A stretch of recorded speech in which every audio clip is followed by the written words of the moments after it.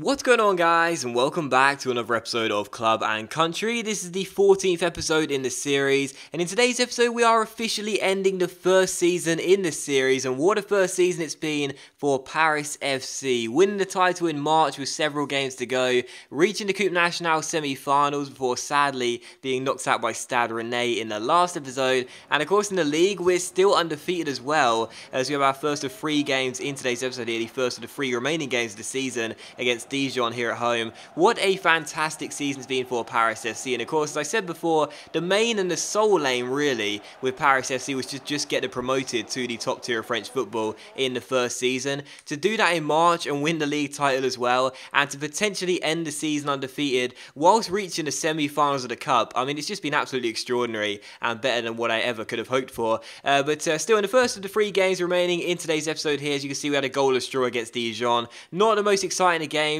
Thiam's header being well saved by the goalkeeper, and also you saw Bongongwi's shot also well saved by the goalkeeper, were the only 2 real chances of note in that game. But to be honest, as I said before, you know, we're still undefeated. It's not a big deal if we don't win these games. We've already wrapped up the title. We did that a long time ago now. Just making sure we don't lose any of our remaining 3 games is the most important thing. So a goalless draw for me doesn't really bother me too much. But of course, it would bother Thierry Ambrose because he's got 34 goals in the league this season. He wants to score as many as possible before the season does come to its close. But still, here's a look at the useful monthly report, and also a look at the squad report as well, as this is the first of the 2 squad reports you'll see in today's episode as we end the season off here. I have to say the progression of some of the players has been fantastic. Thiam is up by 6 ratings, Boga's up by 7, Thierry Ambrose I believe is up by 9 ratings. You know, it's been a fantastic season for so many of our young talents. So the signings we made to begin the season off, Ambrose, Boga, JJ, and of course Thiam, have all been fantastic for us. Those are our 4 main signings that we completed in the summer transfer window.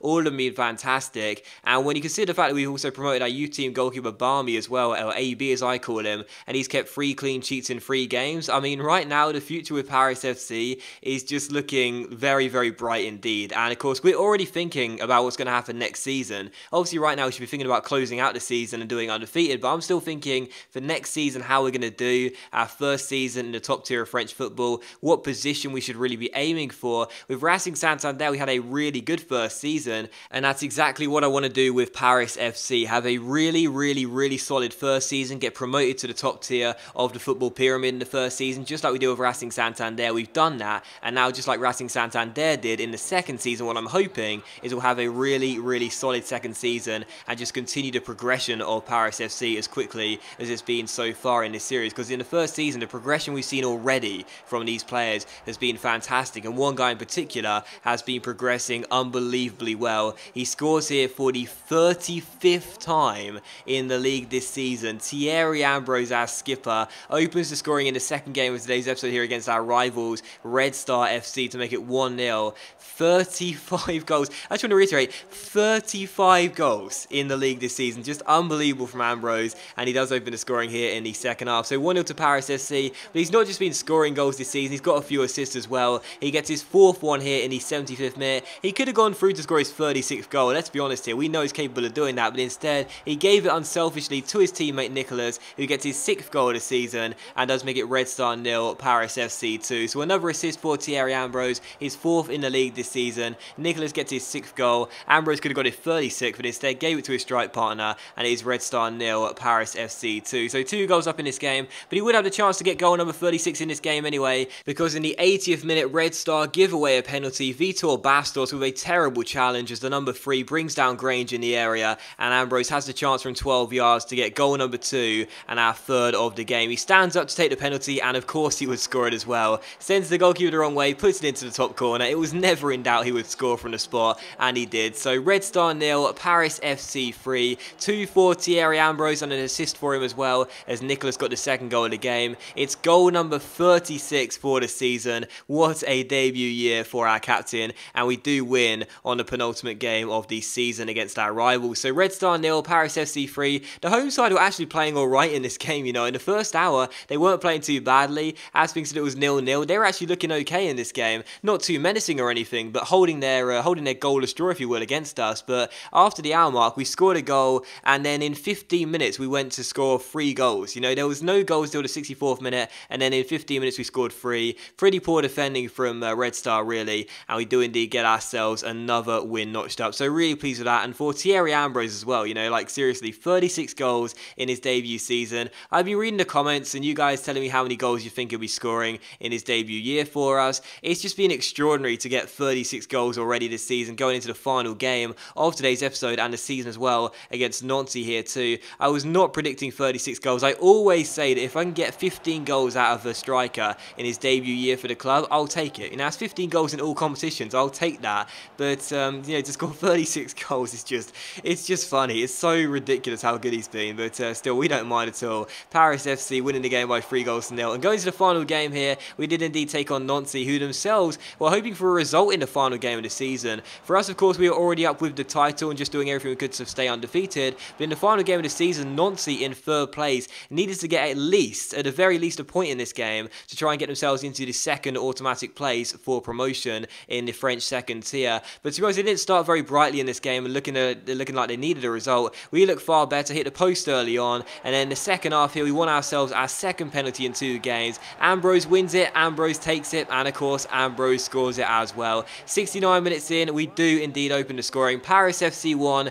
Nancy 0, Ambrose from the spot, and that is goal number 37 for our number 9 in the league. Unbelievable stuff, and it also separates the two sides as the game does finish Paris FC 1, Nancy 0. So the season ends here, and we are of course going to be celebrating an undefeated season. What a first year with Paris FC, just incredible. And I mean, you know, to do it undefeated, to win the title undefeated is just incredible, but to also reach the Coupe Nationale semi-finals, to see our captain in his debut year get 37 goals, it has just been an unbelievable year for Paris FC, and the future really is bright as well because our young talents are developing so well. JJ's up by a few ratings, Boga and Tiama up by several as well. Ambrose ends up finishing, I think, 10 ratings better than when we signed him to, which is just extraordinary really. Of course, our young youth team goalkeeper kept 5 clean sheets in the 5 league games he played come the end of the season, and for Paris FC as a whole, 38 league games, 27 wins